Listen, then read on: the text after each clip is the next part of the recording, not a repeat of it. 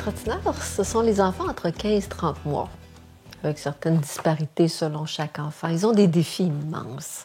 Ce sont des sensorimoteurs, ils aiment grimper, sauter, lancer, écraser, écrabouiller. Ce sont des activités légales pour ce groupe d'âge-là. Ils sont un petit peu comme des scientifiques en pleine exploration.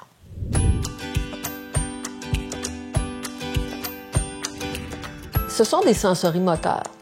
Le mot le dit, on apprend par les 5 sens et par la motricité globale et fine.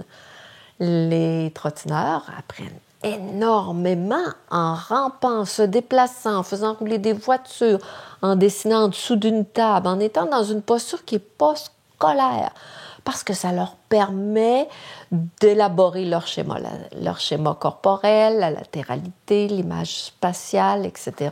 Plus tard, ils vont apprendre à distinguer le B, le D, parce qu'ils auront fait ce genre de mouvement-là.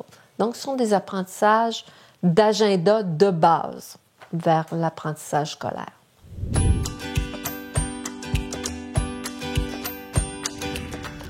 Pour favoriser les jeux moteurs et sensoriels avec ce beau groupe d'âge-là, il y a plein de petits éléments qu'on peut mettre pour permettre de grimper, sauter d'eux, etc. Je pense à une table de salon dont on a coupé les pattes, un grand morceau de plywood dont on enduirait de peinture à tableau, permet des grands mouvements larges, des petits. On peut y entrer une piscine extérieure pour y embarquer.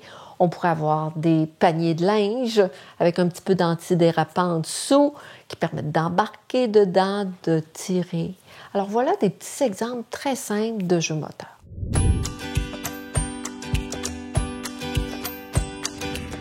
Du matériel de la vraie vie peut être très, très intéressant, que ce soit des balles, des petites écharpes, des foulards, des boîtes à café, des boîtes d'eau vide avec des choses à l'intérieur. Tous ces exemples-là nous amènent à voir que l'enfant va soit toucher, porter à la bouche, brasser.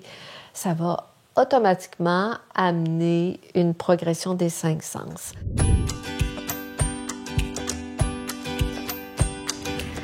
On va partir peut-être le jeu avec nos grands ou l'inverse, sortir une petite mise en scène pour nos trottineurs. Et ça les redirige dans le coin où on vient de sortir les mises en scène. Faites-en une pour chaque trottineur, dans un petit cabaret ou dans un espace délimité. Ils aiment ça, ils ne sont pas à l'âge de partager, ils veulent posséder.